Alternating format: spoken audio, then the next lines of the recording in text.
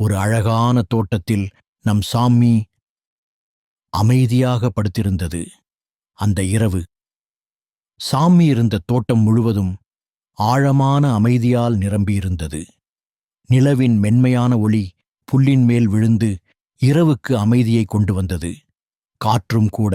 சாமிக்கு சரியாக தூக்கம் வரவில்லை. மெதுவாக கண் விழித்தது. பீப் எங்க போனான்? பீப் என. ஆனால் பீப் சாமிக்கு பின்னால் தான் இருந்தது. சாமி அதை கவனிக்கவில்லை. அந்த அழகான குட்டி குஞ்சு தூக்க கலக்கத்தோட பீப் சாமியை பார்த்து, இன்னைக்கு இரவு வித்தியாசமா இல்லையா என்று கேட்டது. அந்த அமைதியான வானம் சாமிக்கும் பீப்புக்கும் கவலையை ஏற்படுத்தியது. அப்போதான் தோட்டத்தின் மூலையிலிருந்து ஒரு சின்ன சத்தம் கேட்டது. சாமி மெதுவாக எழுந்து அந்த சத்தம் வந்த திசையில அமைதியாக நடந்தது.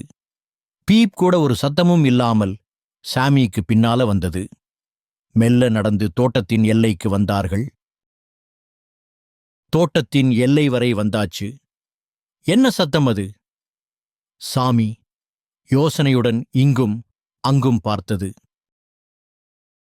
தோட்டத்தின் மூலையில் புல்லின் நடுவே ஒரு சின்ன மரப்பெட்டி இருந்தது. அந்த பெட்டியின் மேல மெதுவாக எழுதப்பட்டிருந்தது, ட்ரீம் பாக்ஸ். அது என்ன பெட்டி என்று சாமி தொட்டு பார்த்தது. சாமிக்கும் சற்று பயமாகத்தான் இருந்தது. பீப்பும் சற்று தயங்கியது.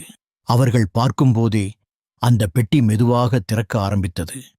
உள்ளிருந்து வந்த ஒளி கண்களை கூச வைக்காமல் மனதை அமைதிப்படுத்தியது. பெட்டிக்குள்ளிருந்து சின்ன சின்ன ஒளிப்பந்துகள் மெதுவாக காற்றில் மிதந்து வெளியே வந்தன.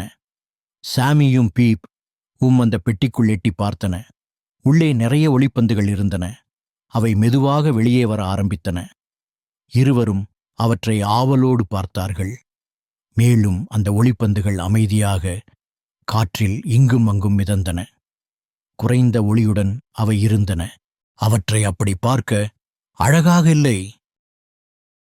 அப்போது ஒரு மென்மையான குரல், இவையெல்லாம் கனவுகள் என்று அமைதியாக சொன்னது. அந்த குரல் ஒரு மூதாட்டி நட்சத்திரத்தின் குரல். அந்த மூதாட்டி நட்சத்திரம் மேலும் சொன்னது, கனவுகளுக்கு இங்கு இடம் கிடைக்கல என்று. அந்த குரலில் லேசான வருத்தம் தெரிந்தது. சாமி சிரித்துக்கொண்டு, கவலை வேண்டாம், நாங்க உதவி பண்ணுவோம் என்று சொன்னது. பீப் சொன்னது, ஆமா, நாங்க உதவி பண்ணுவோம். பீப் ஒரு கனவு ஒளிப்பந்தை மெதுவாக கையில் எடுத்தது. சாமிவும் பீப்புவும் கனவுகளை ஒவ்வொன்றாக மெதுவாக